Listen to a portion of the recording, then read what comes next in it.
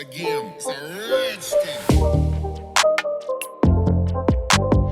the world of the Pakistani fashion industry, Natasha Hussain is also known as Natty. And she is a hugely successful name in Pakistan's fashion world. And she has been associated with Pakistan's fashion world for almost 2 decades. On the other hand, Natasha Hussain, being a model and a fashion girl, has acted in Pakistani dramas many times. And people liked her supportive role in the drama serial Ye Dil Mera aired on Hum TV a few months ago. She has also worked in many TV commercials. Natasha Hussain started her married life 25 years ago by marrying a man named Booney. And if you look at the pictures with her husband, she looks very innocent.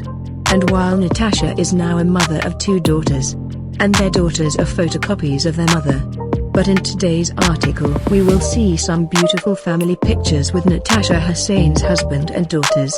Of course, looking at the pictures, you will also say that what is the secret of their beauty and fitness.